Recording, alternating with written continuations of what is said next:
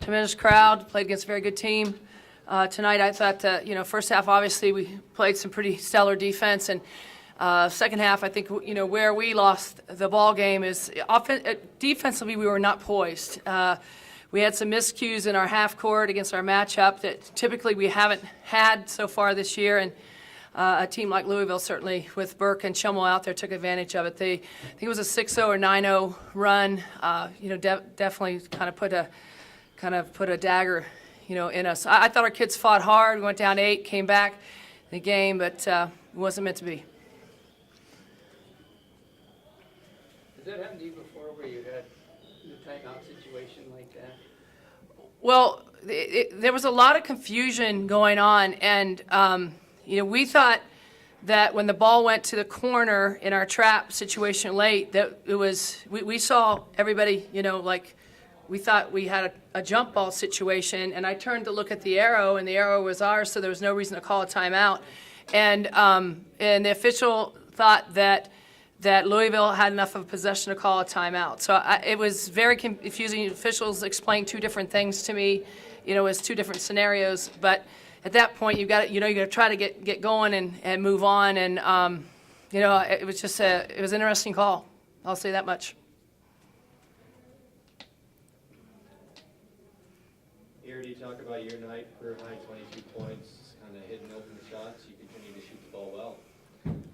Yeah, thanks to my teammates, they did a really good job tonight finding me, and that's what got me all those great open looks. I'm thankful for that. And Carly, talk about what was going on down low that kind of took the advantage, but talk about the battles down low tonight. They had really tough post players, so it was a battle, but I think in the first half we did a good job getting the ball inside and working inside out, because they'd collapse on me and we'd have guards open. But I don't know, they're tough, but I think us post players did an alright job with it. And Ireti, talk a little bit about how do you feel as a team right now? You're almost towards the end of non-conference, start Pac-12s in a couple weeks. Team is showing that you can play with these ranked teams and looking to take that next step. Yeah, definitely made a huge improvement from last year, but now we know that we can play with those teams, and that's still not enough for us just to play with them. For us, it was really important to just make that next step and actually win those games. And I think that's our biggest focus right now, to make that the next step and come out with a win. Carly, same type of question. How do you see the team right now? As you close in non-conference, you finish that up on Thursday, and then you go into Pac-12. You guys are playing well, very deep. A lot of people producing. Yeah, even though this was a tough loss, I think it's something that we can take a lot from and learn from and build off of, and go to Ohio State and just continue to get better every game, so when we go into Pac-12 we can continue. And Coach, talk a little bit about Ireti tonight, just knocking out open shots once again. Yeah, I thought her and Perkins played tough. I thought they left it all on the floor. I don't think you could ask anything more from either one of them. I just really proud of their efforts on both ends of the floor. It's not easy to play 94 feet like they were. All the guards were doing, but those two in particular did a pretty good job out there. And offensively, I thought they played their role. They took the shots that they're supposed to take, and they got good looks off their teammates' screens and some good next passing and extra passing, and took advantage of it. So it's great to see that. But we got to have other people step up. It can't just be those two. And I know that the feeling in the locker room was that some people didn't play their best game, and the good news about this group is they usually don't sulk very long, Bobby. They learn from their lessons, and they're hungry to get another game under their belt at Ohio State in 3 days.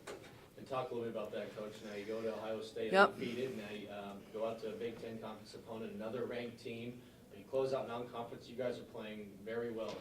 Yeah, the competition is exactly what we wanted preseason, and we would like to have better results than where we're at right now, especially after tonight's game. But like I said, it's another opportunity for us to get after a ranked team in their home place, and I think they'll be undefeated. I know they won by two nights ago at Cal. I think it was 77-75, and they may have played another game tonight or tomorrow. I'm not sure. But it doesn't matter about Ohio State. What matters is about the Cougs, and we're going to learn. I think we've learned a lot from this game, and we already talked about that. we've got to take these lessons and put them to work, and we've got to have, all 13 show up. One final thought about the crowd tonight, Native American Appreciation Night, tons of support throughout the Northwest. Northwest women's basketball is on the rise.